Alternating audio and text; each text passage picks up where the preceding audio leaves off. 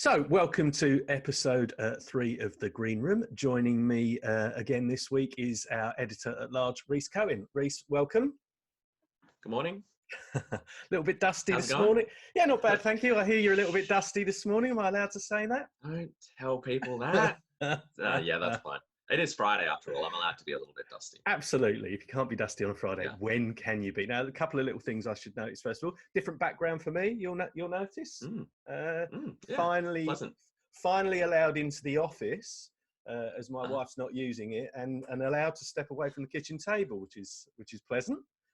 And the other thing to note is I noticed there was a little bit of a p on my microphone last week, so I've gone all high tech and I've put a sock over the end of my microphone. You might a literal sock. You might just be able to see. Yes, it is a literal sock. So high tech as ever on in the green room. But anyway, let's get into it. A few talking points for this week. One of the things that that leapt out at me was I've been chatting to Colombian cultivator. Now I want to say this. It's spelled Foliumed. So I'm going to go with Foliumed. Does that sound about right? That sounds right to me. Okay. Yeah. So Foliumed. They recently landed their first medicinal cannabis shipment in Australia, and I chatted to founder and CEO Oliver Zugel, who's a very impressive man, I have to say.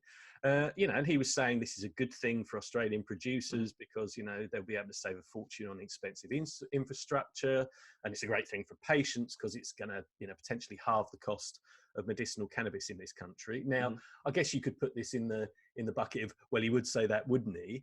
But does he have a point, do you think?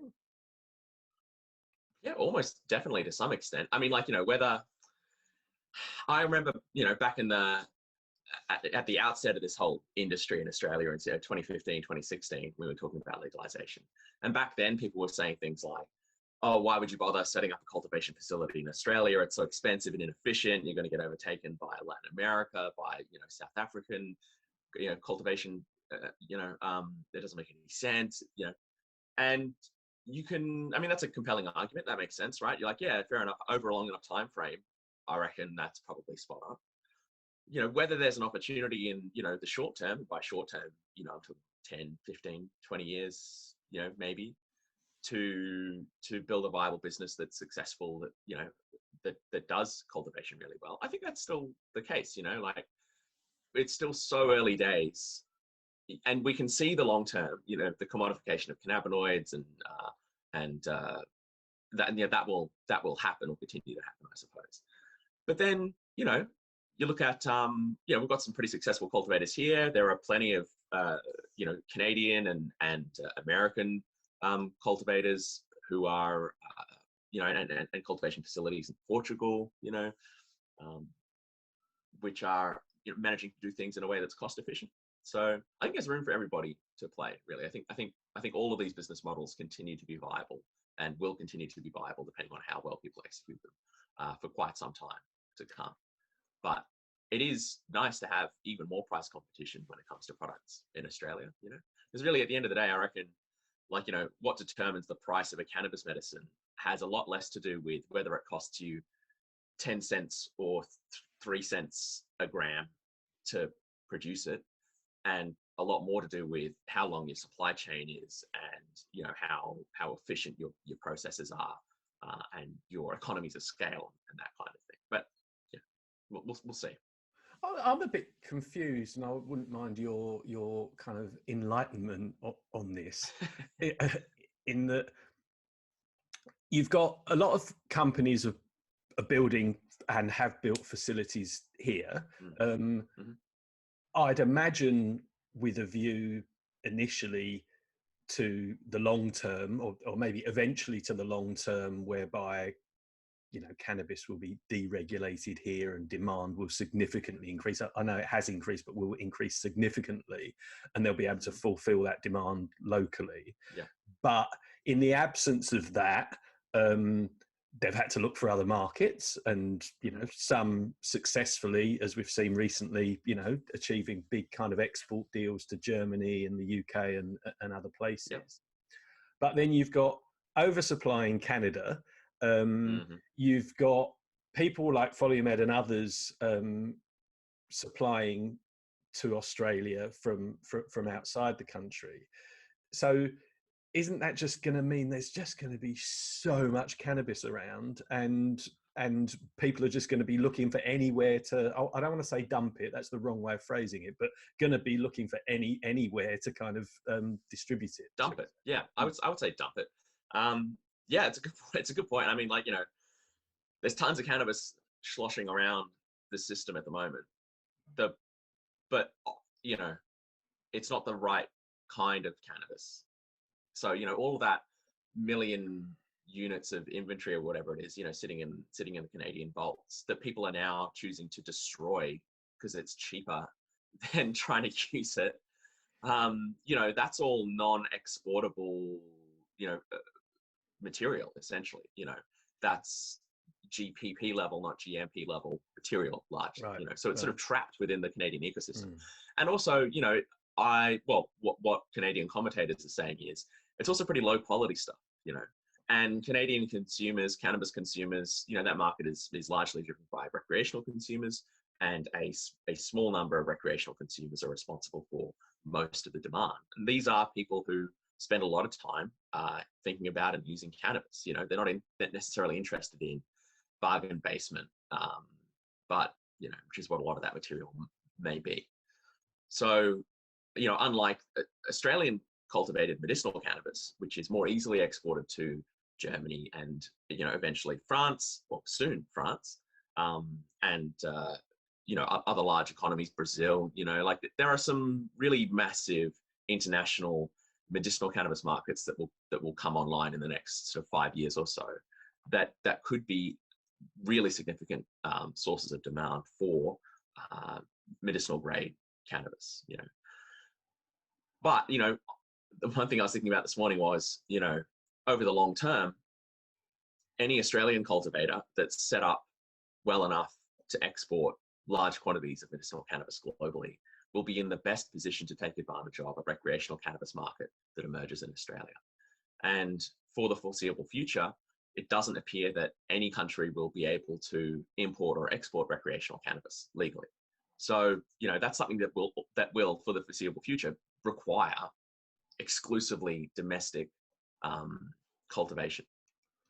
Right, but potentially before that, we could be in a situation where you've got cultivators in Australia exporting, and you've got cultivators in Colombia importing, and that kind of just confuses me a bit, because it's a weird and wacky system. Yeah, and I think the point that really interested me when I spoke to Oliver was, you know, you hear so much about a level playing field, and the fact that imported cannabis isn't held up to the same standards as the local product, but you know, they now have accreditation, GMP, and all the rest of it. So it was the first time I'd heard somebody actually say, no, this is a good thing. Now, as I say, he's obviously got a dog in this race, but yeah, I guess ultimately anything that drives down costs for patients is good, isn't it? Almost anything that drives down costs for patients is good. I would say the trade-off, the main trade-off that I'd consider there is the extent to which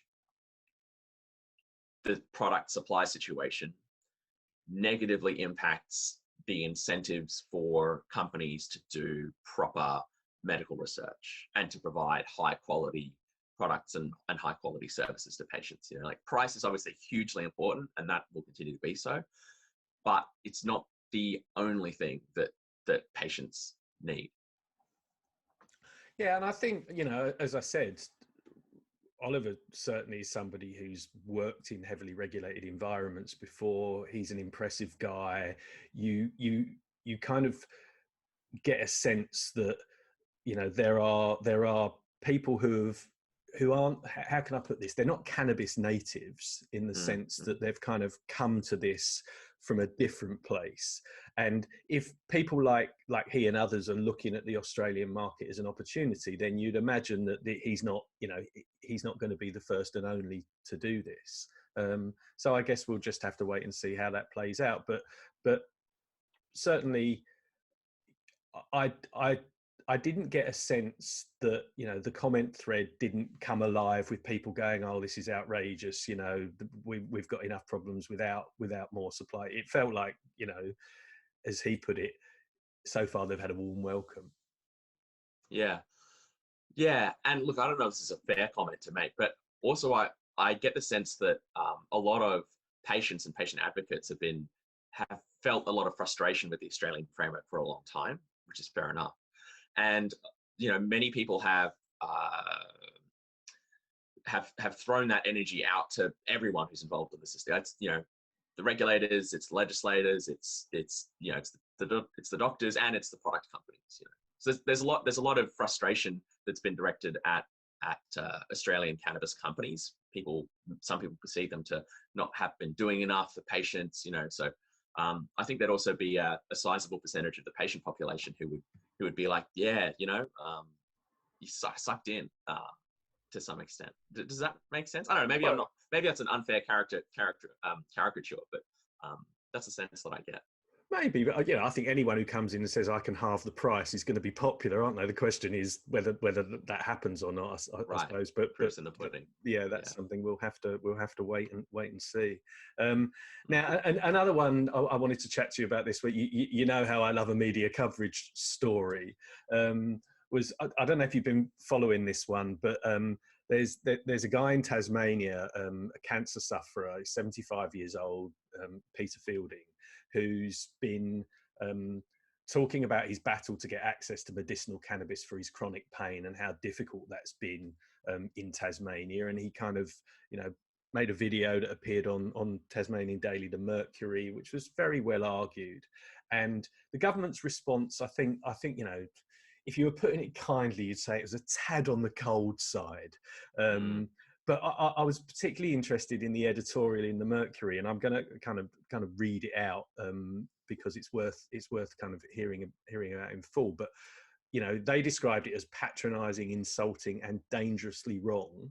And they went on to say the Tasmanian government needs to recognise the reality that medicinal cannabis is here to stay, and far from being unproven, which makes it sound like snake oil, there's a growing body of evidence which tells us why Peter Fielding and others are so passionate about ensuring government does not continue its absurdly cautious and prejudiced approach to cannabis. Now, I think we'd all agree with that. The interesting thing for me was who was saying it. So, you know, this is kind of mainstream press. You know, I'm not a regular reader of the Mercury, but I can't imagine that they take a wholly and consistently progressive view on the issues of the day. But here they are, you know, very positive about cannabis. Are we seeing a shift, do you think? You know, and related question, is that driven by readers who are kind of, you know, telling these very kind of emotive stories about their medical situation? God, I hope we're seeing a shift. I mean, you know, I've been on record as being very critical of the Tasmanian medical cannabis access scheme. I think it's unethical and wrong and harmful.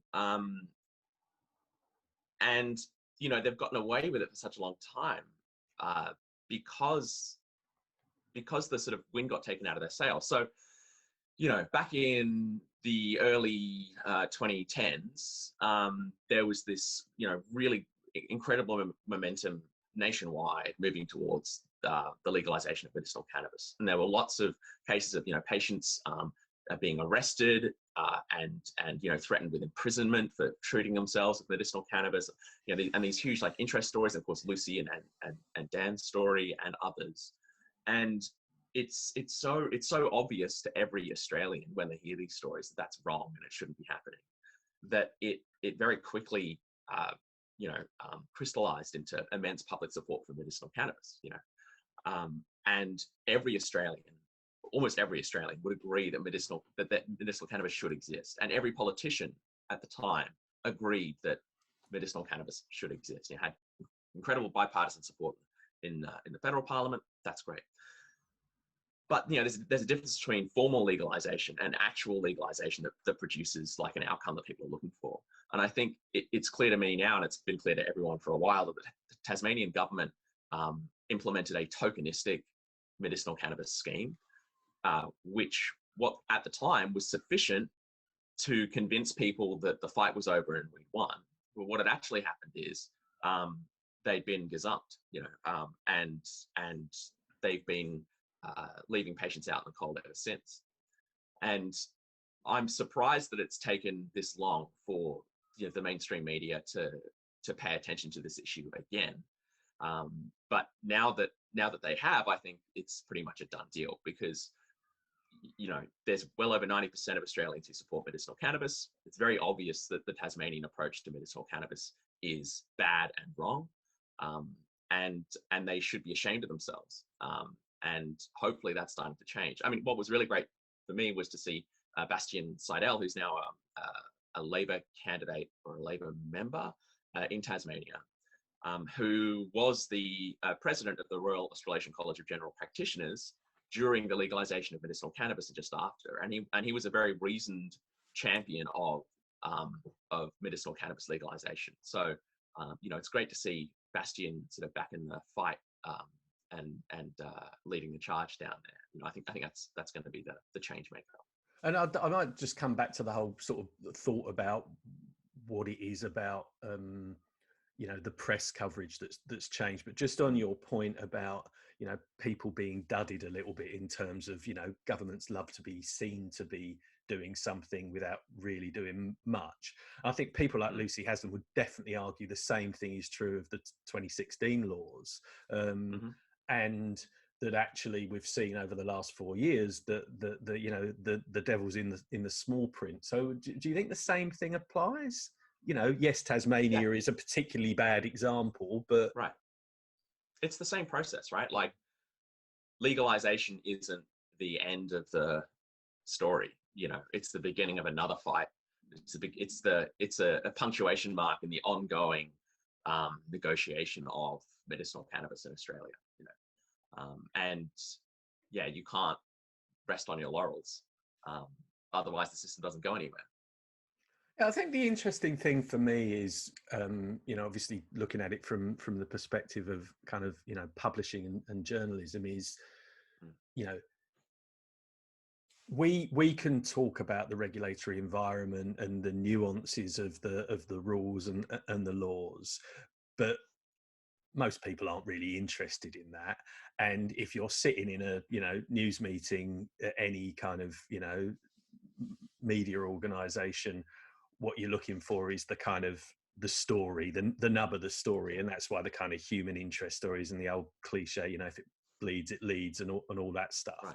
Those are the stories that really kind of catch people's attention. And my sense, and it's only a sense, is that you had some really powerful human interest stories around 2014, 2015, which certainly drove a conversation which led to an outcome, and Dan Haslam's story and others. But then it was almost like, okay, well that's done, and then the discussion becomes about what was actually done and what it means and how many hurdles people still have to jump through, and that's harder to tell in a 300, 400 word news story. So it's interesting that Peter's story this time is so powerful and so well told, and the response is so bureaucratic that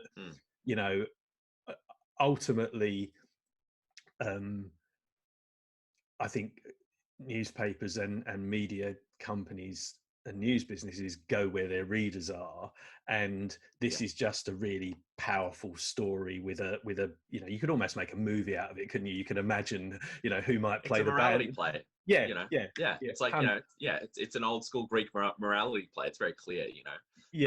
I think you're spot on. I think your assessment's 100% right, and this was part of the challenge immediately after legalization. Was medicinal cannabis was illegal, and now it's legal. That's a story that everyday Australians can understand. Medicinal cannabis is legal and people still can't get it is a murkier story to tell, or rather, there are, it's too expensive and people can't get it. That's understandable, but why are those problems existing? You know, like what's the nature, what's causing those problems to manifest? That's a really complex story to tell, you know. And I think this was actually, you know, to the advantage of patients immediately after legalization, was the government was coming out and saying, you know, it's now a Schedule 8 drug, and you know, if the right specialist, you know, according to state law, submits the correct form to the right agency, you know, then the process might look like this, and you know, access should happen, and therefore, you know, the process is there, and people should just use it, and it's not our fault that it's not working. Side by side with my mum's dying of cancer, she can't get access to medicinal 100%. cannabis. You know, it's like, who's going to win, really, in the media narrative? Yeah, I think that sums it up quite nicely, doesn't it? You know, most people would be in a position where they can relate to a story about somebody's, you know, an elderly man suffering chronic pain and dying of cancer. Leaving aside cannabis, that's a story. You know, most people will have had experience of a parent or a grandparent in that situation, and seeing them go through unnecessary pain tugs on the heartstrings, and it gets you interested.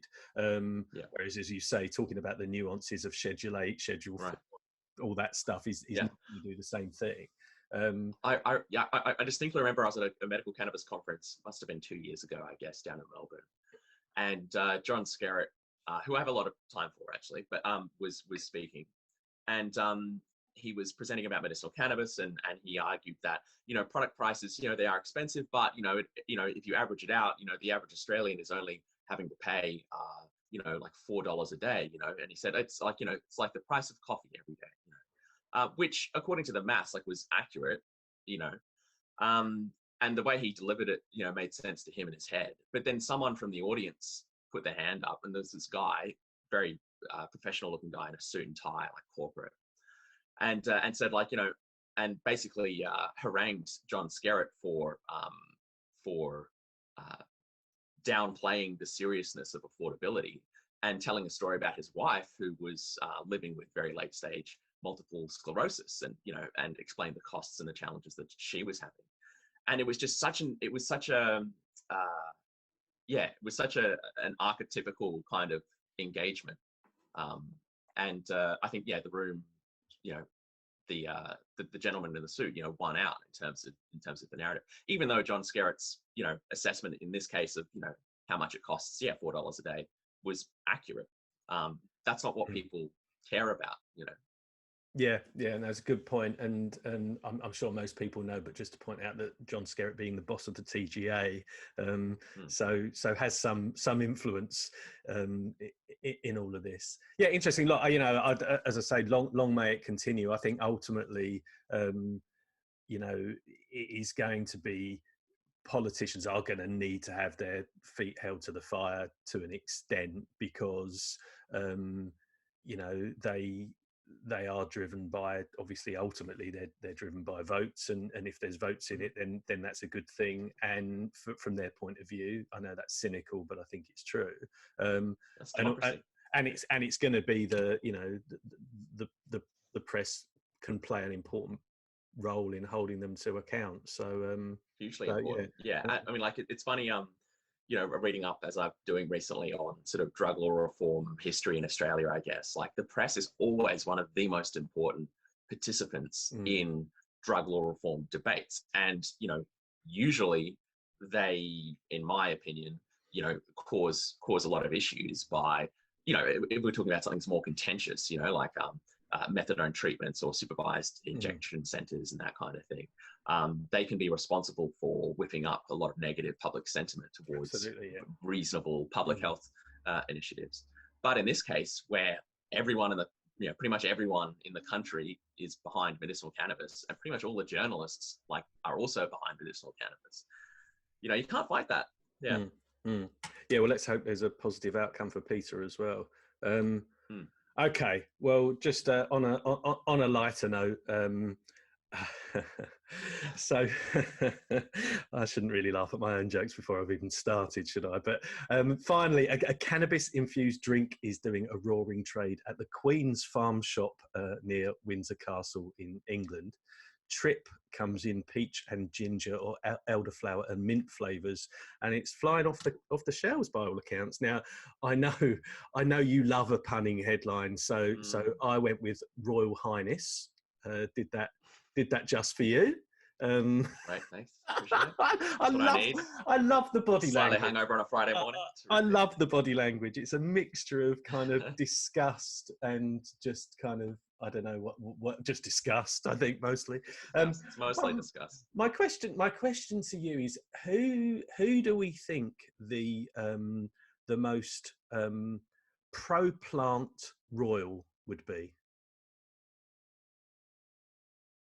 Oh, well, I mean, first of all, I hate the royal family. I'm a staunch Republican. I think they should all abdicate or be taken out in the French fashion. But I guess it would have to be like the more media adjacent ones. You know, the sort of, you know, Harry and Meghan. I can see them, you know, on the face of a CBD wellness brand at some point in time, right? You can see that happening. But I mean, they could all probably do with it, the Royals. Like, you know, I mean, it's not going to, you know, they could be stoned 100% of the time. It wouldn't affect their ability to do their job, which is largely to just, you know, continue to exist and take money from the state. But, you know, the British royal family and the British Empire is actually quite a big part of the history of the globalization of cannabis, right? Because it was British imperialism in India that you know, first, you know, meaningfully encountered cannabis, you know, for the West. And then it was, you know, the British colonization of North America that brought hemp and cannabis so prolifically to those parts of the world as well. And then, of course, it was the British and the Opium Wars that were the catalyst for the international drug control treaties that now regulate cannabis. You know, so they've got a lot to answer for, the old royals. There was a nice light end to the show, and you go all historical on my ass. So just to bring it back to the original question, I was thinking the obvious answer is obviously Prince Charles, because, you know, he talks to plants. He's kind of, you know, very much into. Does he talk to plants? He used to. Yeah, there was a story that he used to talk to the plant. I might be making that up. Does he call them racist slurs? Or like, you know? No, this is Prince Charles. No, not the Duke of Edinburgh, who would clearly have a very different conversation with your. Okay. Sorry, they all look the same to me. Yeah. Yeah. Well, that's what generations of inbreeding do for you. But I'm actually going to go with Prince Andrew on the basis that where he's going, it's probably going to be currency. So which one's Andrew? Andrew's. No, I don't keep track of these people. Okay. Andrew's the one who's had some difficulties lately with sex trafficking rings, allegedly. Oh, is he the one who claimed he couldn't sweat? Is that the guy? That's right. Yes. I think, as I say, he may be sweating where he's potentially headed. On that note, I think it's probably time to go. Thanks for joining us again. And in the words of the Queen, off with his head. Yes, very good. Thanks, Mark. See you soon. See you soon. Cheers. Bye.